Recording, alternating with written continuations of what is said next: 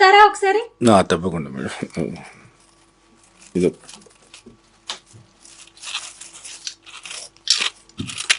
ఒకటి చేసి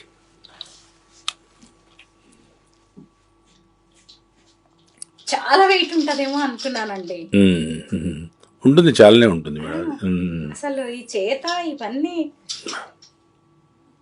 ఉంటుంది. ఒక పావు కేజీ, అర కేజీ లేదు మేడం, అది తెలియదు మీకు కూడా? లేదు, అది 850 grams ఉంది.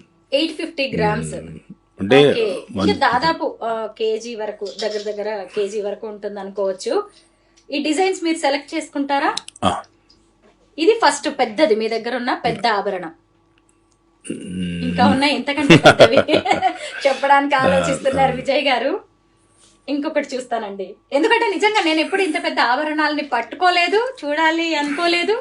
బట్ ఎక్సైటింగ్ గా ఉంది దీన్ని చూడడం. నాకు అసలు దీనికి పెట్టిన లింక్ కూడా ఎంత పెద్దగా ఉందో.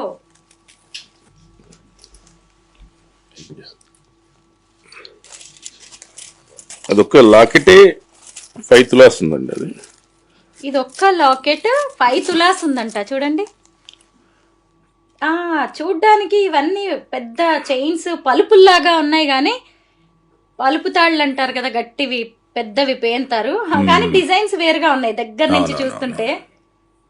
చాలా బాగుందండి.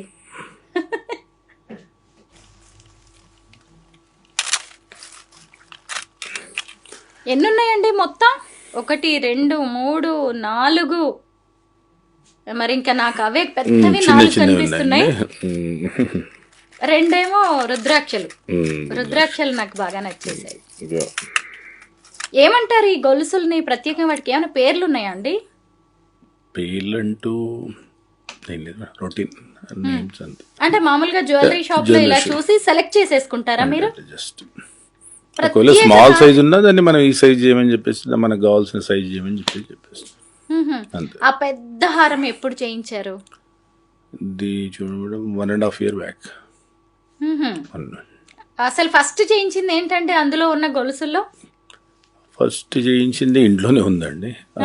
ఇప్పుడు మీ దగ్గర ఉన్న వాటిలో? మా దగ్గర ఉన్నది ఇలా అయిందండి 2020. ఆ తర్వాత ఎందుకు మరి మీకు ఇలాగా ఒకదాని తర్వాత ఒకటి పెద్దది పెద్దది చేయించాలనే ఆలోచన వచ్చింది? ఇంకా చేయించాలని, ఇంకా చేయించుతూనే ఉంటాను మేడం.